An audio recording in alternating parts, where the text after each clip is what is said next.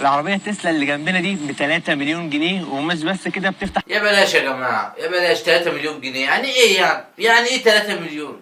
يعني شوية فكة بالنسبة لنا. نكمل العربية تسلا ديت. بصمة العين، هتقول لي ازاي؟ هقول لك يلا بينا نشوف الموضوع الغريب ده. هتلاقي ان في كاميرا بتقرا بصمه عينك جنب الباب بالظبط، لكن عشان احنا لسه ما خدناش العربيه هتفتح بالكارت ده. هنيجي نمشيها كده، فتحت معانا. نفتح ازاي بقى؟ بص الاكره الجميله دي. ايوه، يا فين بصمة العين؟ فين بصمة العين هنا يا جماعة؟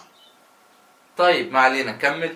ضغطه كده وتطلع لك الاكره وتفتح العربيه. نخش عربيه تسلا. اول مره بسم الله الرحمن الرحيم اركب عربيه تسلا فيها شاشه قد شاشه اللابتوب بتاعي. بصوا عامله ايه الشاشه دي، هي بتعمل كل حاجه حرفيا في العربيه. هنضغط كده، الدرج اللي هناك ده فتح. عايز بقى تفتح الشنطه، عايز تفتح الكبوت، هتضغط عليهم ضغطه واحده بس كده.